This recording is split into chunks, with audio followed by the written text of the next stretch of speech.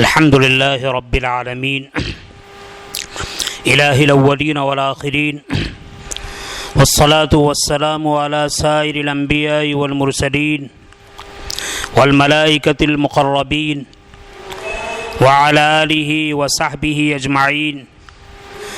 أما بعد فقد قال النبي صلى الله عليه وسلم النكاح من سنتي.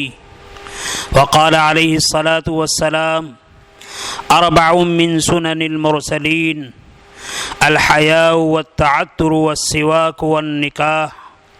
وقال النبي صلى الله عليه وسلم يا معشر الشباب من استطاع منكم الباءة فليتزوج فإنه أغض للبصر وأحسن للفرج ومن لم يستطع فعليه بالصوم فإنه له وجاء كما قال النبي صلی اللہ علیہ وسلم. میرے محترم بھائیوں، دوستوں اور بزرگوں، حق تعالی شانہ کا فضل و کرم ہوا کہ ایک عظیم سنت کی ادائیگی کے لیے ہم سب کو یہاں جمع فرمایا. ہر قوم اپنے اپنے اعتبار سے شادی اور نکاح کے رواج کو اور طریق کو انجام دیتی ہے. شریعت اسلام نے جہاں استنجا اور پیشاب پاخانے کے طریقے میں رہنمائی فرمائی ہے، وہاں نکاح کے سلسلے میں بھی بہت وضاحت کے ساتھ ہمیں تعلیمات ارشاد فرمائی ہے. ایک تو ہے نکاح کی حیثیت، فضیلت، اور ایک ہے نکاح کے موقع پر ہمارے معاشرے کی ضرورت. انہی دو باتوں کو آپ کے سامنے عرض کرنا ہے. حق تعالی شانہ کا فضل ہے کہ ہم مسلمان ہیں، ایمان والے ہیں، اور ایمان والوں کی شان میں قرآن کریم میں یہ فرمایا گیا وَذَكِّرْ فَإِنَّ الذِّكْرَى تَنفَعُ الْمُؤْمِنِينَ. نصیحت کیجیے، مومن کو نصیحت فائدہ پہنچاتی ہے. میں آپ سے یہ عرض کروں کہ اگر آپ کی بستی میں کوئی حکیم آ جائے اور حکیم آنے کے بعد آپ کی مجلس میں آپ کے چہروں کی زیارت کرے، آپ کی شکلوں کو دیکھے، اور وہ اتنا ماہر حکیم ہو کہ چہرے کو دیکھ کر بیماری کو پہچان لے اور ایسی بیماری کی طرف توجہ دلائے جس بیماری کا بیمار کو علم نہیں ہے، پتہ نہیں ہے، محبت کے ساتھ، شفقت کے ساتھ وہ ہر مریض سے کہے کہ آپ کی پیشانی سے اس بات کا پتہ چلتا ہے کہ آپ فلاں بیماری میں مبتلا ہے. میں آپ سے پوچھتا ہوں، اگر کوئی حکیم چہرہ دیکھ کر ہماری بیماری کو پہچان لے اور محبت کے ساتھ وہ بیماری ہمیں بتلائے، ہم اس کا احسان مانیں گے یا اس کو دشمن سمجھیں گے؟ ہم سب اس کو اپنا بڑا محسن سمجھیں گے کہ ایک بیماری ہمارے اندر ہے اور اس بیماری کا ہمیں علم نہیں ہے، اور علم نہ ہونے کی وجہ سے اس کے علاج کی طرف ہماری توجہ بھی نہیں ہے. بڑا احسان ہوا اللہ نے کہ اللہ نے ایسے حکیم کو بھیج دیا جس نے بروقت ہماری بیماری کو پہچانا، اور بیماری کو پہچاننے کے بعد پوری خیرخواہی کے ساتھ، ہمدردی کے ساتھ اس بیماری پر ہمیں متوجہ کیا. مجھے اس وقت دو باتیں عرض کرنی ہیں. پہلی چیز، نکاح کی حیثیت اور مقام کیا ہے. کسی چیز کے مقام کو بیان کرنے کے لیے اتنی بات کہہ دینا کافی ہے کہ بھئی فلاں کام فلاں اللہ والے کرتے ہیں. مثال کے طور پر ہمارے اس دور میں یہ کہا جائے کہ فلاں ایک کام ہے، وقت کے بہت بڑے اللہ والے فلاں شیخ فلاں ولی اس کام کو کرتے ہیں، تو ہم سب کا دل اس بات کے اوپر مطمئن ہوگا کہ یہ کام بہت اچھا ہے. کیوں؟ اللہ کا بہت زیادہ نیک بندہ ہے، ولی بندہ ہے، وہ اس کام کو کرتا ہے. اور اللہ کا ولی وہ کام کرتا ہے جو اللہ کو پسند ہے، لہذا اس کے اچھائی میں کوئی انکار نہیں.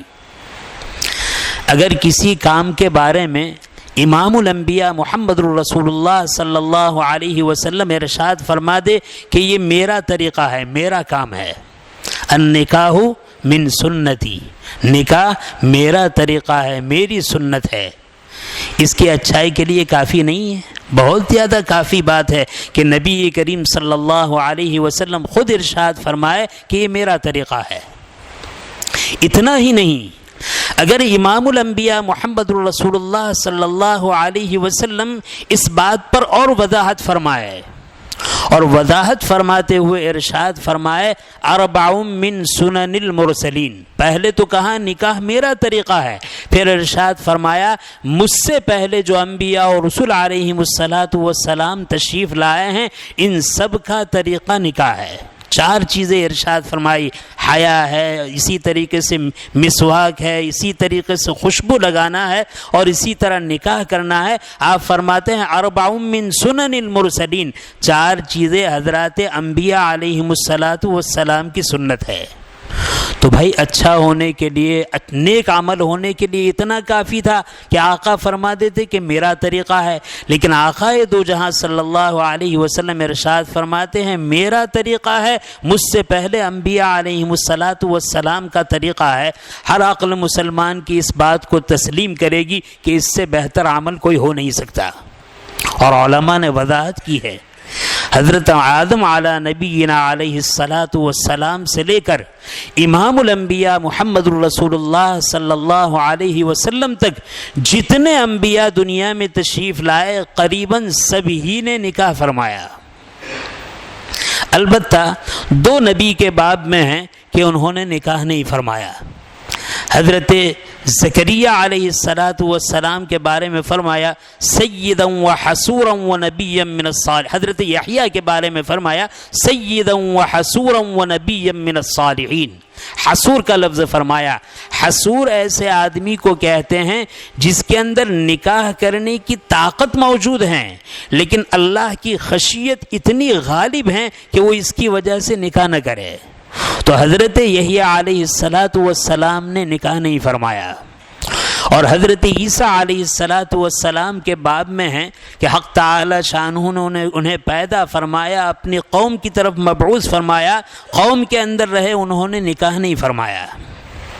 لیکن علماء نے عجیب بات لکھی ہے کہ حضرت عیسیٰ علیہ السلام کو جب تک دنیا میں رکھنا مقصود تھا، حضرت عیسیٰ علیہ السلام دنیا میں رہے، پھر اس کے بعد حق تعالی شانہ نے آسمان پر اٹھایا، اور قیامت تک آسمان پر آپ رہیں گے، ملائکہ کرام کی مقدس جماعت کے ساتھ آسمان پر آپ رہیں گے۔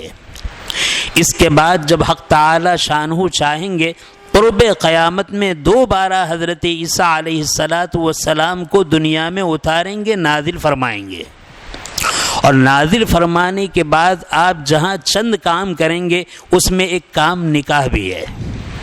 حیثیت دیکھیے نکاح کی، برکت اور فضیلت دیکھیے کہ انبیاء، انسان کو جتنی فضیلت ملتی ہے وہ فضیلت 2 قسم کی ہے، ایک فضیلت وہبی ہے اور ایک فضیلت کسبی ہے۔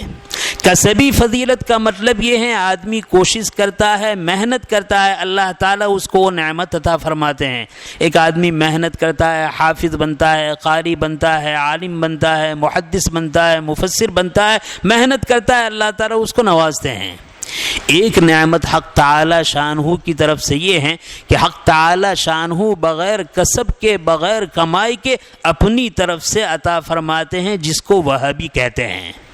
علماء نے لکھا ہے وہابی نعمتوں میں بہت بڑی نعمت رسالت و نبوت ہے۔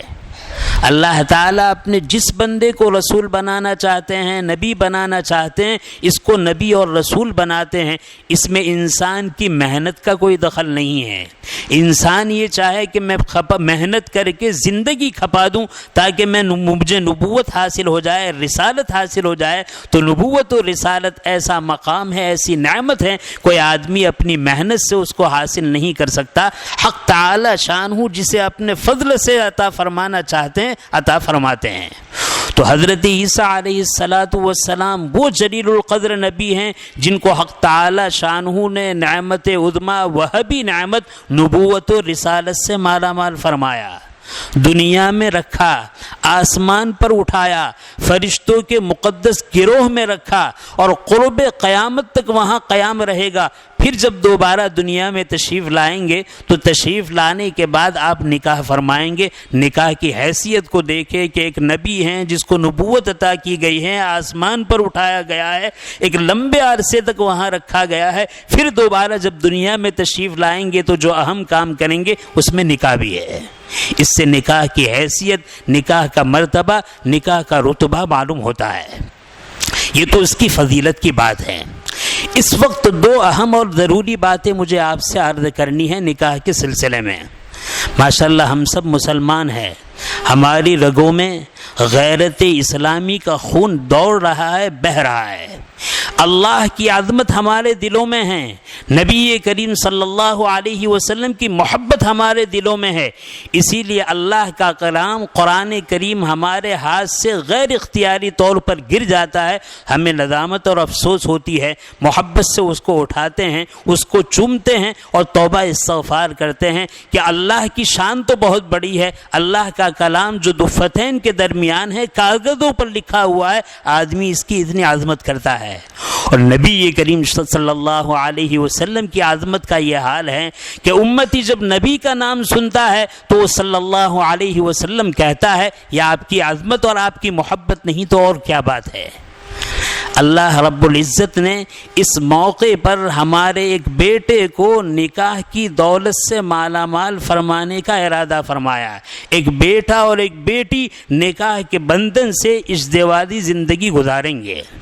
نکاح کا مقصد کیا ہے؟ حدیث میں فرمایا گیا، یا معشر الشباب، اے نوجوانوں کی جماعت، من استطاع منکم الباءۃ فلیتزوج، تم میں سے جو بھی آدمی امور خانہ داری کی صلاحیت رکھتا ہے، بیوی کے ساتھ مل کر زندگی گزارنے کی طاقت رکھتا ہے، اس کو چاہیے کہ وہ نکاح کرے، فلیتزوج۔ پھر آگے ارشاد فرمایا کہ بھئی اس نکاح کا فائدہ کیا ہے؟ اس نکاح کا فائدہ ہے فَإِنَّهُ أَغَضُّ لِلْبَصَرِ وَأَحْسَنُ لِلْفَرْجِ۔ دو فائدے بیان فرمائے۔ پہلا فائدہ بیان فرمایا إِنَّهُ أَغَضُّ لِلْبَصَرِ، نکاح انسان کی نگاہ کو جھکانے والا ہے۔ آدمی گناہ میں ایسے مبتلا نہیں ہوتا، گناہ میں مبتلا ہونے سے پہلے جو ابتدا ہوتی ہے وہ نظر سے ہوتی ہے، نظر نظر سے ٹکراتی ہے اور انجام زیناکاری کی شکل میں وجود میں آتا ہے۔ حق نبی کریم صلی اللہ علیہ وسلم ارشاد فرما رہے ہیں نوجوانوں کی جماعت تم نکاح کرو، اس لیے کہ نکاح تمہاری نظروں کو جھکانے والا ہے۔ فَإِنَّهُ أَغَضُّ لِلْبَصَرِ وَأَحْسَنُ لِلْفَرْجِ، اور تمہاری شرمگاہوں کی حفاظت کرنے والا ہے۔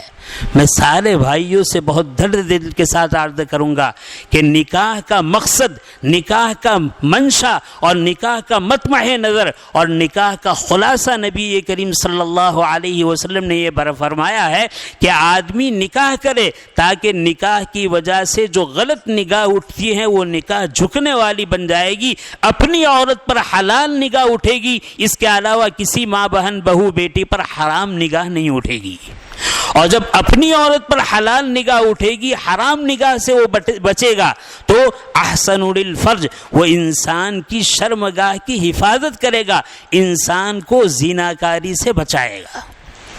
یہاں پر مجھے عرض کرنا ہے، عام طور پر ایسی محفل میں نکاح کے فضائل اور مناقب بہت بیان ہوتے ہیں اور ہونے بھی چاہیے اور ہم نے سنے بھی بہت ہیں، لیکن عام معاشرہ ہمارا مسلم معاشرہ ہے، مسلم سوسائٹی ہے، مسلم آبادیاں ہیں، وہاں میں اس بات کا اندازہ کرتا ہوں کہ ہمیں اپنے بھائیوں کو بہت درد دل کے ساتھ، بہت محبت کے ساتھ دو چیزوں کی طرف توجہ دلانے کی ضرورت ہے۔ شریعت اسلام پاکیزہ مذہب ہے، شریعت اسلام عفت اور پاک دامنی والا مذہب ہے، شریعت اسلام حیا اور شرم والا مذہب ہے، اور اللہ کے نزدیک سارے مذاہب میں قابل قبول یہی اسلام مذہب ہے۔ ان الدین عند اللہ الاسلام۔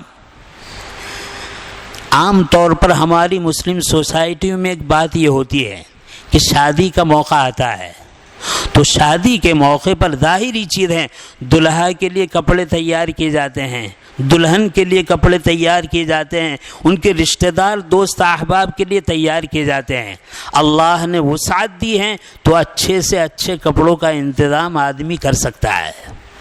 لیکن دیکھو ہم مسلمان ہیں، اور مسلمان کا مطلب یہ ہے، مسلمان کا مطلب ہے اسلام کی فرما برداری کرنے والا، اللہ کو رب ماننے والا، محمد الرسول اللہ صلی اللہ علیہ وسلم کو اپنا خیر خواہ، اپنا رہبر اور اپنا رہنما ماننے والا۔ عام طور پر ہوتا یہ ہے، ہماری وہ ماں بہن بہو بیٹیاں جو ہمارے گھروں میں ہیں، الحمدللہ شرم و حیا والے ماحول میں پیدا ہوئی ہیں، شرم و حیا والے ماحول میں بڑی ہوئی ہیں۔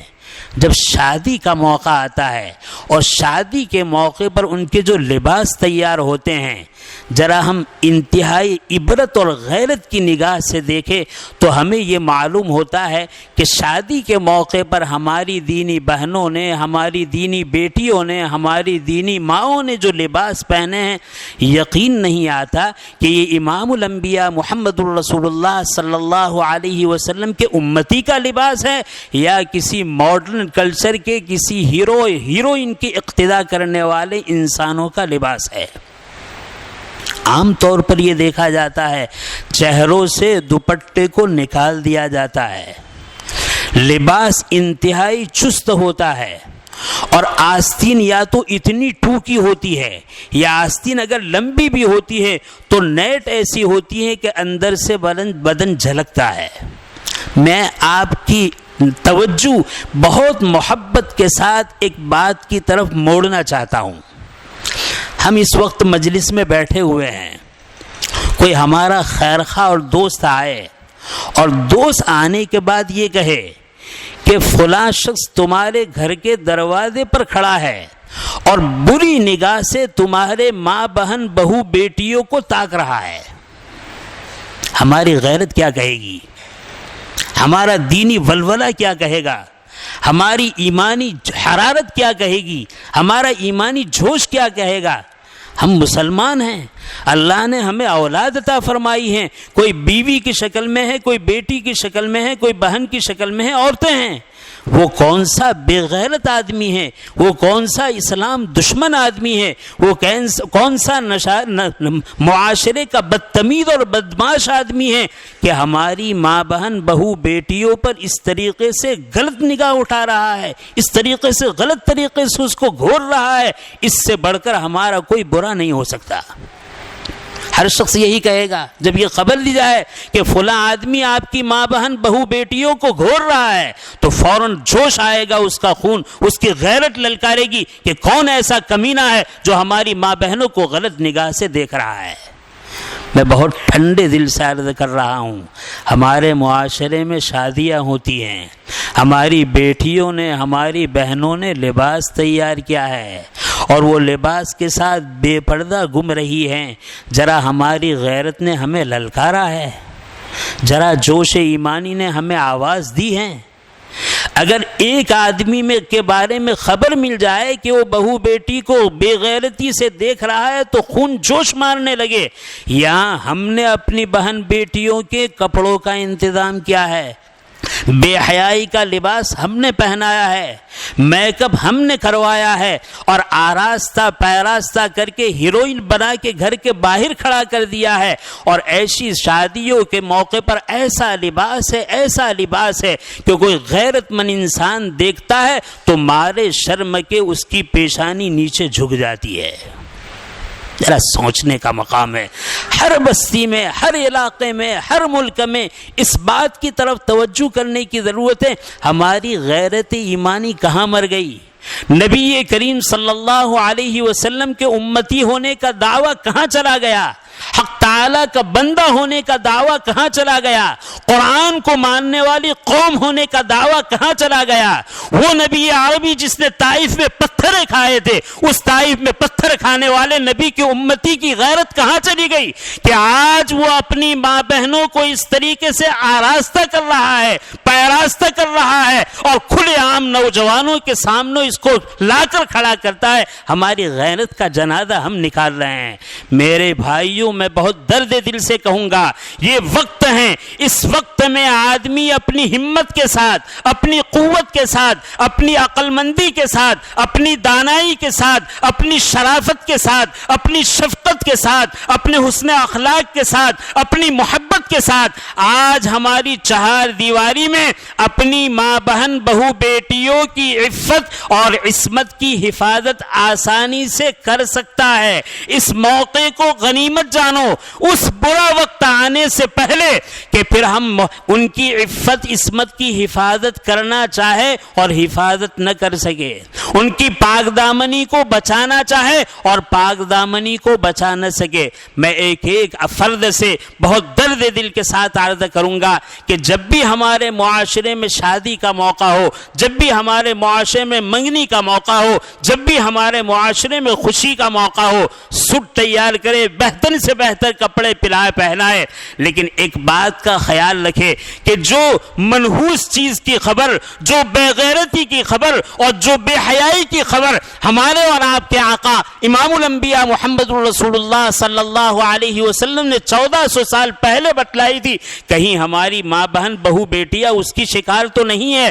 رب کاسیات فی الدنیا عاریات فی الآخرہ، کتنی عورتیں جو لباس پہنے ہوئے ہوگی، کپڑے پہنے ہوئے ہوگی، لیکن وہ دیکھنے کے اعتبار سے کپڑے پہنے ہوئے ہوگی، حقیقت میں وہ ننگی ہوگی۔ بعض علماء فرماتے ہیں رب کاسیات فی الدنیا، وہ دنیا میں کپڑے پہنے ہوئے ہوگی، اور عاریات فی الآخرہ، عذاب کے طور پر وہ قیامت کے دن ایسی ہوگی جیسے کپڑے نہیں پہنے ہوگی، ننگی ہوگی۔ اس کی تشریح میں علماء نے یہی لکھا ہے، یا تو ان کا لباس بے انتہا چست ہوگا، یا ان کا لباس اتنا باریک ہوگا کہ اندر سے بدن جھلکے گا، یا ان کا لباس اتنا مختصر ہوگا کہ آدھا نظر آئیں گے، بال نظر آئیں گے۔ آپ صلی اللہ علیہ وسلم نے جو پیشن گوئیاں فرمائی ہے، کہیں ہم سب اپنے گریبان میں جھانک کر دیکھیں کہ وہ پیشن گوئی ہماری ماں بہن بہو بیٹیوں پر تو صادق نہیں آ رہی ہے، کہیں وہ تو ان کا مصداق نہیں بن رہی ہے، جس پر لعنت ہے وہ لعنت ہماری ماں بہن بہو بیٹیوں پر نہیں آ رہی ہے۔ اس کو سوچنے کا مقام ہے۔ کریں گے انشاءاللہ پوری امانت داری کے ساتھ، انشاءاللہ کریں گے۔ یہ میرا اپنا مسئلہ نہیں ہے، یہ امت کی ایک ایک بیٹی کا مسئلہ ہے، امت کی ایک ایک بہن کا مسئلہ ہے، امت کی ایک ایک ماں کا مسئلہ ہے، امت کی ایک ایک عورت کا مسئلہ ہے۔ امام الانبیاء محمد رسول اللہ صلی اللہ علیہ وسلم کی پوری امت کی ایک ایک خاتون کا یہ مسئلہ ہے۔ دوسری بات مجھے بہت محبت سے عرض کرنی ہے، یہ بات کوئی ایسی نہیں ہے کہ صرف موٹا وراچا تک محدود ہو۔ بہت سارے ہمارے دیہات، بہت سارے ہمارے قصبے، بہت ساری ہماری مسلم آبادیاں ایسی ہے جہاں پر شادیاں ہوتی ہیں، شادیوں میں بے تحاشا خرچ کیا جاتا ہے، بہتر سے بہتر کھانے کھلائے جاتے ہیں، بہتر سے بہتر انتظام کیا جاتا ہے۔ شریعت اسلام میں اگر اللہ نے حلال مال و دولت عطا فرمائی ہے، حدود شرع میں رہتے ہوئے آپ مہمانی بھی کرے، آپ بہتر سے بہتر کھانا کھلائے، کوئی حرج کی بات نہیں ہے۔ لیکن یہاں ایک غلطی ہم سے اور ہوتی ہے، وہ غلطی یہ ہوتی ہے، شادی کے موقع پر ہر ایک جانتا ہے، چاہے وہ مالدار ہو چاہے وہ غریب، چاہے وہ درمیانی قسم کا آدمی ہو چاہے اعلیٰ قسم کا مالدار ہو، شادی کے موقع پر ہر مرد اچھی طرح بن سنور کے تیار ہوتا ہے، ہر عورت اچھی طرح بن سنور کے تیار ہوتی ہے۔ ایسے موقع پر جب ان کے کھانے کا نظم آتا ہے تو میں نے اپنے علاقے میں بھی بہت بستیوں میں دیکھا کہ عام طور پر کھانے میں مرد اور عورت مخلوط ہوتے ہیں۔ ایک شامیانہ ہے، ایک شامیانے میں مرد بھی کھا رہے ہیں، عورتیں بھی کھا رہی ہے، اور بعض مرتبہ تو یہ ہوتا ہے کہ ہمارے مرد کو کھلاتے ہیں لیکن ہماری ماں بہنوں کو کھلانے والے ہمارے مرد ہوتے ہیں۔ میں بہت درد دل کے ساتھ ایک بات آپ سے پوچھتا ہوں، یقیناً ہر ایک اپنے بارے میں شاید یہ کہے کہ میں نیک ہوں، میری نظر بہت پاک ہے، میں وقت کا عارف باللہ ہوں۔ میں آپ سے ایک بات عرض کروں کہ مسجد کے دروازے پر ہم کھڑے ہو اور ایک نوجوان عورت پوری میک اپ کے ساتھ، پوری بن تھل کر ہیروئن بن کر گزر جائے اور ہمیں اس کی اطلاع ہو، کیا ہم میں سے کوئی شخص یہ کہہ سکتا ہے کہ مجھے اپنی ذات پر اتنا قابو ہے، مجھے اپنے نفس پر اتنا قابو ہے کہ ایک نہیں 10 چکر لگائے گی میری نظر نیچے سے اوپر نہیں اٹھے گی، اس عورت کو نہیں گھور کر دیکھے گی؟ ہم میں سے کوئی اپنے اوپر یقین کر سکتا ہے، اپنے اوپر اعتماد کر سکتا ہے؟ میں کسی کو نہیں پوچھتا، میں اپنے آپ کو پوچھتا ہوں۔ تو میرا نفس بھی یہی کہتا ہے کہ اس دور میں اگر تنہائی کا موقع ہو، عورت بن تھن کر جا رہی ہو، ہیروئن کی شکل اختیار کی ہو، بیوٹی پارلر سے تیار ہو کر آئی ہو اور وہ سامنے سے گزرے اور مجھے پتہ بھی ہو کہ مجھے کوئی دیکھنے والا نہیں ہے اور یہ عورت بن تھن کر گزر رہی ہے، تو میں کبھی بھی اپنی ذات پر، اپنی نظر پر، اپنے نفس پر قابو نہیں پا سکوں گا، اور ایک نہیں 10 مرتبہ اس کو دیکھوں گا، اور دیکھوں گا ہی نہیں، گھور کر دیکھوں گا۔ میرے بھائی، ایسے شامیانوں میں ماشاءاللہ ہمارے نوجوان ہیں، بستی کے نوجوان ہوتے ہیں، وہ کھلاتے ہیں، لیکن نظر کسی کی پاک نہیں ہوتی ہے۔ اور کوئی آدمی یہ کہے کہ نظر پاک ہے تو وہ کہنے والا ایسا ہے کہ میں پیشاب کرتا ہوں، میرا پیشاب پاک ہے۔ پیشاب کبھی پاک ہو سکتا ہے؟ جب پیشاب پاک نہیں ہو سکتا تو نظر بھی پاک نہیں ہو سکتی۔ میں بہت درد دل کے ساتھ، بہت محبت کے ساتھ پوری بستی کے ایک ایک فرد کو، پورے علاقے کے ایک ایک فرد کو اس بات کی اطلاع دے رہا ہوں کہ ہم ایسا نظام بنائے کہ جب کھانے کا موقع ہو تو 2 شامیانے بنائے جائے، 2 منڈپ تیار کیے جائے۔ ایک منڈپ ہمارے مردوں کے لیے ہے جو اوپر سے لگا ہوا ہو اور چاروں طرف سے کھلا ہوا ہو، اور دوسرا شامیانہ اور دوسرا منڈپ ایسا ہو جو اوپر سے بھی بن ہو اور چاروں طرف سے بھی پردے لگے ہو۔ میرے بھائیو دوستو، ان پردوں کے درمیان جو کھانا کھا رہی ہے وہ کھانا کھانے والی کون عورتیں ہیں؟ وہ کھانا کھانے والی نبی کریم صلی اللہ علیہ وسلم کی زوجہ مطہرہ حضرت خدیجۃ الکبریٰ کی روحانی اولاد ہے۔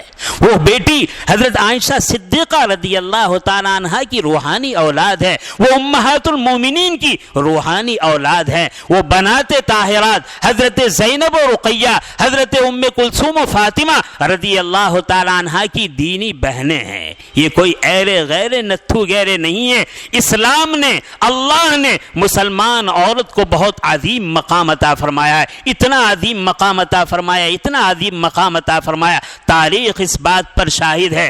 حق تعالی شانہ نے اپنے نبی کو نبوت عطا فرمائی تو اس نبوت کی تصدیق کے لیے، اس نبوت کی سچائی کو بیان کرنے کے لیے پورے روئے زمین پر اللہ نے جس ذات کا انتخاب کیا ہے وہ کوئی مرد نہیں تھا، وہ عورت تھی، حضرت خدیجہ رضی اللہ تعالیٰ عنہ، جس عورت نے سب سے پہلے نبی کریم صلی اللہ علیہ وسلم کی نبوت کی صداقت کا اعتراف اور اعلان کیا ہے۔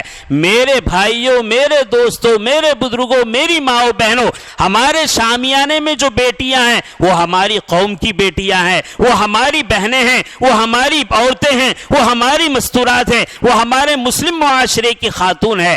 ان کی عفت، ان کی عصمت، ان کی پاک دامنی کا تقاضا یہ ہے۔ شادی کا پیغام تو عفت اور پاک دامنی کا ہے۔ یہ بڑی بے شرمی کی بات ہے، بڑی سوچنے کی بات ہے کہ کھانے والے ایک طرف مرد کھا رہے ہو، دوسری طرف عورتیں کھا رہی ہو، ایک طرف مرد عورتیں کھا رہی ہو اور دوسری طرف مرد اس کو کھلا رہے ہو۔ میرے بھائی، شریعت اسلام اس بات کی اجازت نہیں دیتا، اور میں تو بہت درد دل کے ساتھ عرض کروں گا، یہ شادی کیا ہے، یہ نکاح کیا ہے؟ یہ شادی اور نکاح کی تقریب، یہ میاں بیوی کے حلال طریقے پر ملنے کا پہلا دن ہے، گویا کہ ازدواجی زندگی کا فاؤنڈیشن اور بنیاد ہے۔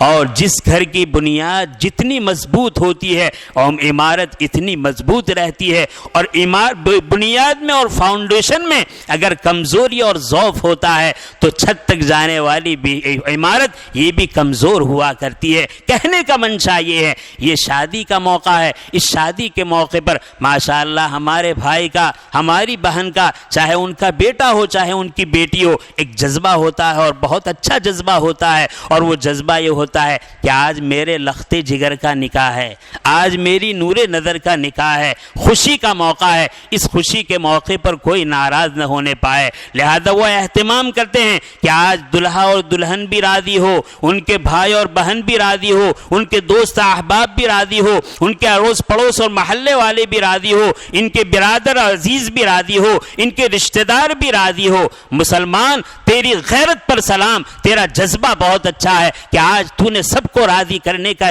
ٹھان لی ہے اور سب کو راضی کرنے کا ارادہ کیا ہے، لیکن مسلمان تو پہلے مسلمان ہے پھر سب کچھ ہے۔ اگر تیرا نظریہ یہ ہے کہ بھائی بہن راضی رہ جائے، رشتہ دار راضی ہو جائے، گھر کے کام کرنے والے مزدور راضی ہو جائے، پڑوسی راضی ہو جائے، آئے ہوئے مہمان راضی ہو جائے، تو یہ تو دنیا کی ہر قوم کا جذبہ ہے۔ تو اللہ کا بندہ ہے، امام الانبیاء محمد الرسول اللہ صلی اللہ علیہ وسلم کا امتی ہے۔ تیرا جذبہ یہ ہونا چاہیے کہ شادی کے موقع پر میں اپنے دلہے دلہن کو دوسرے نمبر پر راضی کروں گا، بھائی بہنوں کو دوسرے نمبر پر راضی کروں گا، رشتہ داروں کو دوسرے نمبر پر راضی کروں گا، دوست احباب کو دوسرے نمبر پر راضی کروں گا، ملنے جلنے والے کو دوسرے نمبر پر راضی کروں گا، خوشی دینے والے خدا کو پہلے نمبر پر راضی کروں گا۔ اگر وہ خوش ہے تو یہ خوشی حقیقت میں خوشی ہے اور یہ خوشی پائیدار رہنے والی خوشی ہے۔ اور اگر آج میں نے سب کو راضی کیا، سب کو خوش کیا، لیکن خوشی دینے والے خدا کو ناراض کیا،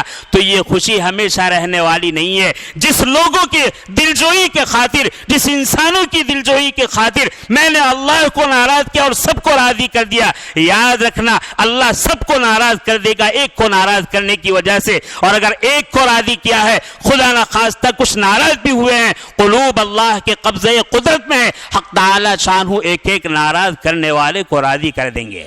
میں اتنا بڑا مجمع، میں آج دو پیغام دینا چاہتا ہوں وراچا والوں سے، قرب و جوار کی بستی والوں سے، کہ آپ اس بات کا ارادہ کر لیں، آپ اس بات کا تہیہ کر لیں، آپ اس بات کا عزم مصمم کر لیں کہ انشاءاللہ اب جب بھی ہمارے گھروں میں شادی آئے گی تو اس شادیوں کے موقع پر ہم حلال کمائی سے اپنی وسعت کے مطابق اپنی ماں بہن بہو بیٹیوں کو بہترین سے بہترین لباس پہنائیں گے، لیکن وہ لباس ایسا ہوگا جس کی شریعت اجازت دیتا ہے، وہ لباس ایسا نہیں ہوگا جو حضرت عائشہ اور حضرت فاطمہ کے لباس کے خلاف ہو اور ماڈرن کلچر کے مطابق ہو۔ ایسے لباس سے ہم اپنے آپ کو بچائیں گے، اپنی ماں بہن بہو بیٹیوں کو بچائیں گے، تاکہ کوئی دشمن، کوئی دل کی غیرت کو مرنے والا انسان بری نظر ہماری ماں بہن بیٹیوں پر نہ ڈالے۔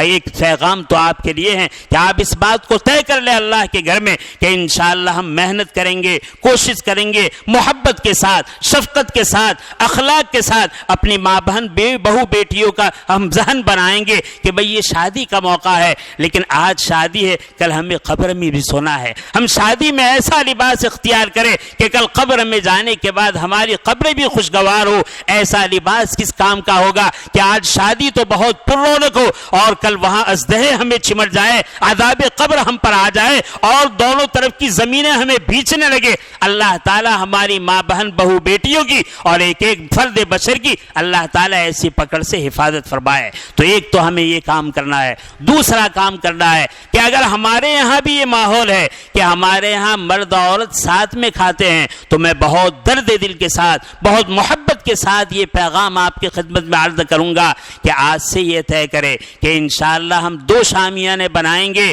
2 منڈپ بنائیں گے۔ ایک منڈپ چاروں طرف سے بند ہوگا جس میں ہماری ماں بہن بہو بیٹیاں کھائے گی اور اس کو کھلانے والی ہماری ماں بہن بہو بیٹیاں ہوگی، کوئی نوجوان اس کے اندر داخل نہیں ہوگا۔ یہ 2 پیغام ہے، اللہ کرے کہ یہ پیغام ہمارے لیے مثبت ثابت ہو، ہمارے لیے مفید ثابت ہو، مسلمانوں کے قلوب اللہ کی شریعت کو قبول کرنے والے ہو، تاکہ اس کے بعد جو شادی وجود میں آئے اس شادی میں اللہ کی رحمت ہو، اللہ کی برکتیں ہو اور ایسا وجود شادی کا ہو کہ اس شادی کے بعد جو اولاد ہمارے گھر میں آئے، کہیں تو اولاد جنید بغدادی ہو، کہیں تو اولاد شبلی نعمانی ہو، کہیں تو اولاد عبد القادر جیلانی ہو، کہیں تو اولاد حضرت مولانا ابوالکلام آزاد ہو، کہیں تو اولاد حضرت مولانا حسین احمد مدنی ہو۔ لیکن اگر میرے بھائیوں ہم نے ایک کان سے سنا اور دوسروں کان سے نکال دیا، سنی انسنی کر دی، ماحول بگڑے گا، بے حیائی عام ہوگی، شادی کا دن بھی خراب ہوگا، بات کا دن بھی خراب ہوگا۔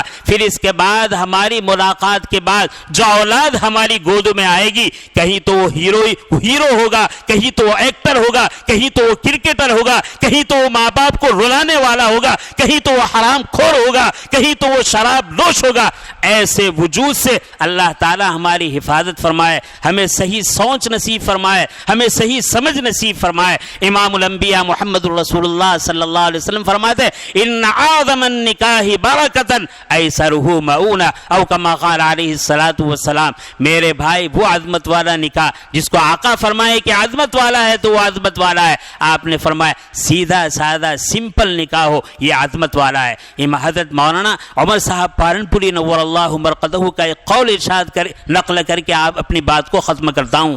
حضرت بڑے درد دل سے فرمایا کرتے تھے کہ میرے مسلمان بھائیوں، اگر ہم یہ چاہتے ہیں کہ ہماری بستی میں زنا کاری مہنگی ہو جائے تو ایک ایک بھائیوں سے درد دل سے یہ درخواست ہے کہ اپنے معاشرے میں ہونے والے نکاح کو بالکل سستا بنا لو۔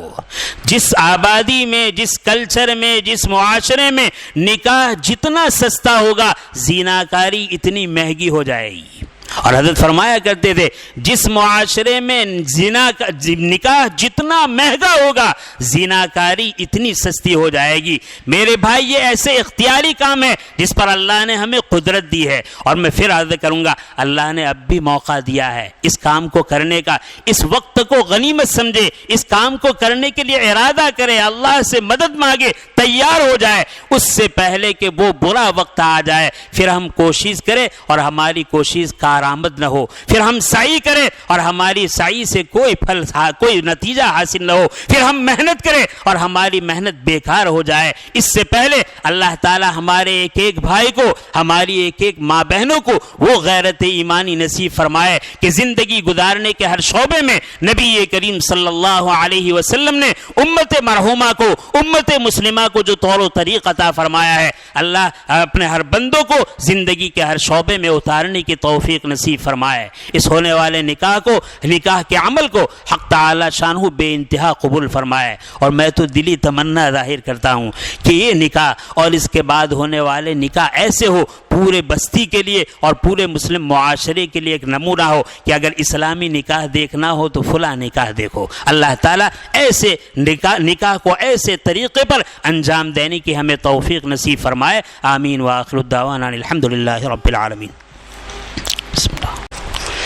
الحمد لله رب العالمين عدد خلقه ورضا نفسه وزنة عرشه ومداد كلماته اللهم لا أحصي ثناء عليك أنت كما أثنيت على نفسك اللهم صل على سيدنا ومولانا محمد وعلى آل سيدنا ومولانا محمد صلاة تنجنا بها من جميع الأهوال والآفات وتقضي لنا بها جميع الحاجات وتطهرنا بها من جميع السيئات وترفعنا بها عندك على الدرجات وتبلغنا بها أقصى الغايات من جميع الخيرات في الحياة وبعد الممات إنك على كل شيء قدير ربنا آتنا في الدنيا حسنة وفي الآخرة حسنة وقنا عذاب النار ربنا لا تزغ قلوبنا بعد إذ هديتنا وهب لنا من لدنك رحمة إنك أنت الوهاب ربنا هب لنا من أزواجنا وذرياتنا قرة أعين واجعلنا للمتقين إماما رب هب لي من لدنك ذرية طيبة رب هب لي من الصالحين اللهم ألف بينهما كما ألفت بين محمد صلى الله عليه وسلم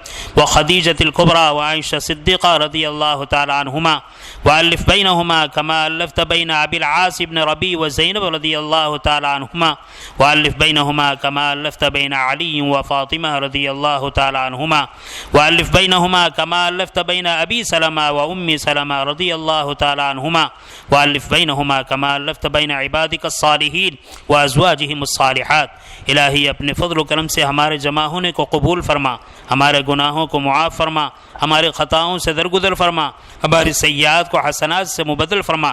الہ العالمین اس عمل نکاح کو بے انتہا قبول فرما، طرفین میں محبت اور مودت نصیب فرما، نکاح کے بعد کی حقیقی مسرتوں سے مالا مال فرما، اس دیوازی خوشگوار زندگی عطا فرما، دونوں کو ایک دوسرے کے حقوق پہچان کر ادا کرنے کی قوت اور توفیق عطا فرما، آپس کی حق تلفیوں سے پورے حفاظت فرما، نا اتفاقی اور ناچاقی سے حفاظت فرما۔ اے اللہ ویزا کے مسائل کو آسان فرما، قدم قدم پر نصرت، اعانت، حفاظت شامل حال فرما، اس نکاح کو عفت، عصمت، پاک دامنی اور اولاد صالحہ کے وجود میں آنے کا ذریعہ بنا۔ اے اللہ، امت میں بے شمار خواتین شادی کی عمر کو پہنچ چکی ہیں اور ان کے معاملے میں ان کے مربیان پریشان حال ہیں۔ اے اللہ، ہر ایک کی پریشانیوں کو دور فرما دیجئے اور بہتر سے بہتر جوڑے عطا فرما دیجئے۔ الہ العالمین، کتنی بیٹیاں شوہر کے انتقال یا طلاق کی وجہ سے گھر پر لوٹی ہیں، اے اللہ ان کے لیے بہتر سے بہتر شکلیں اور صورتیں پیدا فرما۔ الہ العالمین، امت میں کتنے رشتے نکاح کی نسبت پر وجود میں آئے اور ان کے درمیان نا اتفاقی اور ناچاقی ہیں اور معاملہ طلاق تک پہنچ چکا ہے۔ کریم آقا، قلوب آپ کے قبضے قدرت میں ہیں، ٹوٹے ہوئے دلوں کو آپس میں جوڑ دیجئے، آپس میں محبت اور مودت پیدا فرما دیجئے، طرفین کو ایک دوسرے کے لیے مونس، غمخوار اور ہمدرد بنا دیجئے۔ اے اللہ، نا اتفاقی اور ناچاکی کو ختم فرما دیجئے۔ اے اللہ، امت مسلمہ میں جتنے رشتے نکاح کی نسبت پر وجود میں آئے، اے اللہ ہر شوہر کو، ہر دلہے کو پوری زندگی اس رشتے کو نباہتے ہوئے زندگی گزارنے کی توفیق عطا فرما۔ اے اللہ، معمولی باتوں پر طلاق کی نحوست سے ان کی حفاظت فرما۔ اے اللہ، طرفین کے باب میں تیرے صالحین، مخلصین، برگزیدہ بندوں نے جتنی خیر طلب کی ہیں، اے اللہ ہم ان کے لیے طلب کرتے ہیں، مقدر فرما۔ اور جن چیزوں سے پناہ مانگی ہیں اور خاص طور پر اس پرفتن دور میں پناہ مانگنی چاہیے، ان ساری چیزوں سے پناہ نصیب فرما۔ اے اللہ، اس رشتے کی حاسدین کے حسد سے، اشرار کے شرور سے، ریشہ دوانوں کی ریشہ دوانی سے اور بدخواہوں کی بدخواہی سے پورے حفاظت فرما۔ ہر خیر کو مقدر فرما، ہر شر سے حفاظت فرما، ہما جہت و عافیت خیر مقدر فرما کر جمی شرور و فتن سے پورے حفاظت فرما۔ الہ العالمین، جو کچھ مانگا وہ بھی عطا فرما۔ الہ العالمین، جو کچھ رہ گیا اپنے فضل سے اس سے بڑھ کر اور بہتر بے مانگے نصیب فرما۔ الہ العالمین، ہماری دعا کو اپنے فضل و کرم سے، اپنے اسماء حسنہ کی برکت سے اور حضرات انبیاء اور رسول علیہم الصلاۃ والسلام، حضرات صحابہ، تابعین، تبع تابعین رضوان اللہ تعالی علیہم اجمعین اور امت کے صالحین بندوں کے صدقہ طفیل قبول فرما۔ اللہم انا نسألک من خیر ما سألک منہ نبیک و حبیبک محمد صلی اللہ علیہ وسلم ونعوذ بک من شر ما استعاذک منہ نبیک و عبدک محمد صلی اللہ علیہ وسلم وانت المستعان وعلیک البلاغ لا حول ولا قوة الا بالله العلی العظیم۔ ربنا تقبل منا انك انت السمیع العلیم وتب علينا انك انت التواب الرحیم وصلی اللہ تعالی علی خیر خلقہ سیدنا و مولانا محمد وآلہ وصحبہ اجمعین آمین برحمتک یا ارحم الراحمین۔